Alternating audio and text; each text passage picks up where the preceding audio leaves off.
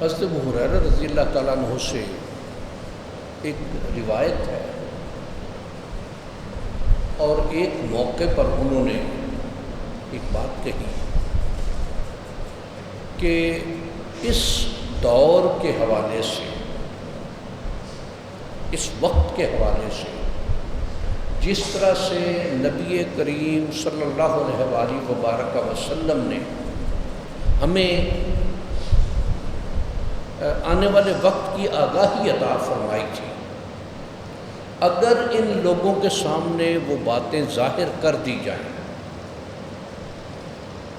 تو وہ ہمارا گلا کاٹ دیں۔ یہ ایک بات۔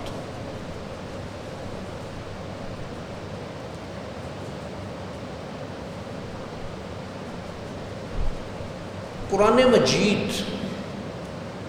اس کا ایک اعجاز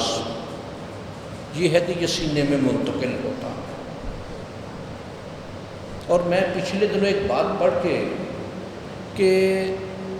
سابقہ سوویت یونین کی ریاستوں میں جو مسلمان ہیں قرآن مجید زبانی یاد ہے انہیں، ناظرہ نہیں پڑھ سکتے، الفاظ کی پہچان نہیں ہے، اور الفاظ کی پہچان نہ ہونا اس کی وجہ یہ ہے کہ جو کچھ روسی دور میں یا کمیونسٹ دور میں کہ ہر طرح کی مذہبی پابندیاں اور انتہائی سختی کے ساتھ کہ جو کوئی کسی مذہبی یا ریچول پریکٹس میں کسی کو دیکھ لیا گیا تو فی الفور قتل کر دیا گیا، اور جو قرآن مجید کا اس نے وَإِنَّ لَهُ لَحَافِظُونَ یہ حفاظت جو اس کے ہاں سے کہ وہاں مسلمانوں کے ہاں پیدا ہونے والے بچے، اب کوئی بھی مذہبی انداز یا طریقہ اختیار کرنا موت ہے کہ اگر قرآن مجید کسی کے ہاں سے پڑھتے ہوئے نہیں کسی نے گھر میں رکھا ہوا ہے تو پورے گھر کے لیے سزائے موت ہے۔ وہاں ان لوگوں کا کہ جنہوں نے قرآن مجید جن کو یاد تھا، اور اس مالک تعالیٰ کا کہ جس نے قرآن مجید کی حفاظت کا ذمہ خود لیا ہوا ہے، پھر وہ کاغذ کے بجائے سینے پر لکھا گیا، اور سینے پر اس طرح سے لکھا گیا کہ لفظ کی پہچان نہیں ہے کہ اللہ کیسے لکھا جاتا ہے، اللہ کو پڑھنا ہو یا لکھنا ہو تو کیسے، وہ نہیں آتا، لیکن لفظ اللہ اس کو پتہ ہے کہ قرآن مجید میں اس کا کیا مفہوم ہے، کیا معنی ہے۔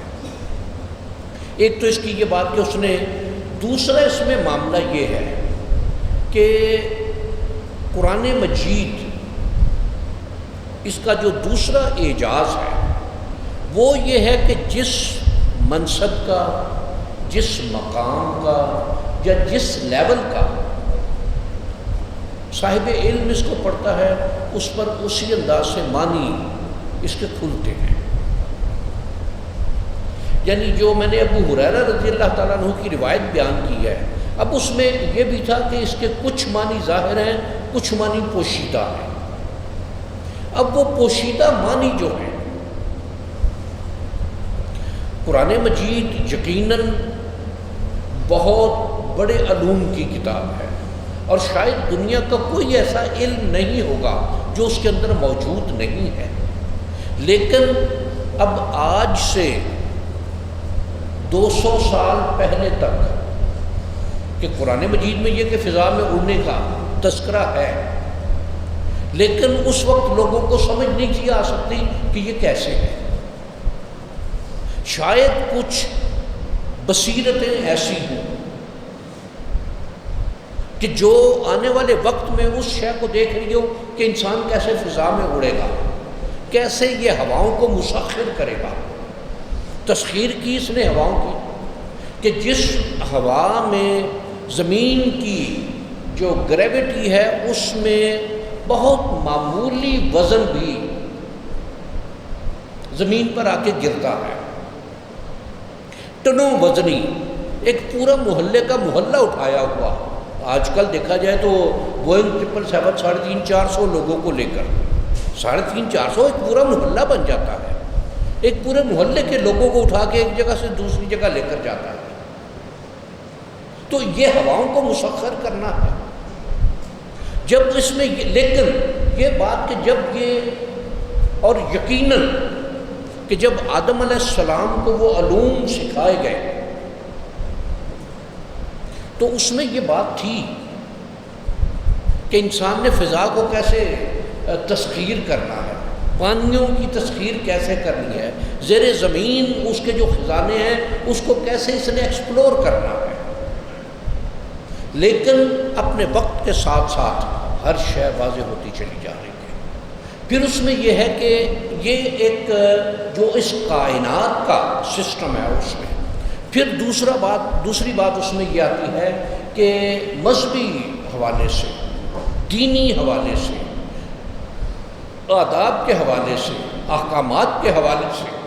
کہ اس میں جو جس وقت کی وہ ضرورت ہے اس وقت میں آ کے ظاہر ہوتا ہے کہ اب آج ایٹم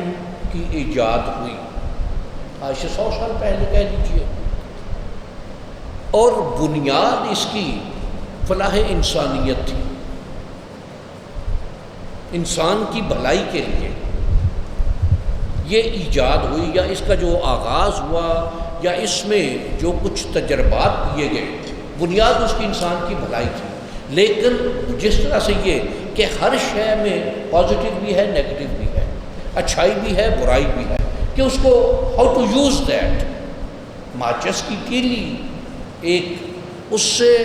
ہنڈیا سالن روٹی بنانے کے لیے چولہا بھی جلایا جاتا ہے، اور کسی انسان کو بھی اسی تیلی سے ہی جلایا جاتا ہے۔ کسی کی مل کو نقصان پہنچانا ہو تو وہی ایک تیلی ہی ہوتی ہے۔ اب یہ کہ وہ کیسے استعمال ہو رہی ہے، اسی طرح ایٹم کا کہ یہ بنیادی طور پر انسان کی بہتری کے لیے اس میں تجربات ہوئے اور اس کا آغاز ہوا، ڈسٹرکشن میں لے گئے، یہ انسان کے مزاج میں بات ہے۔ تو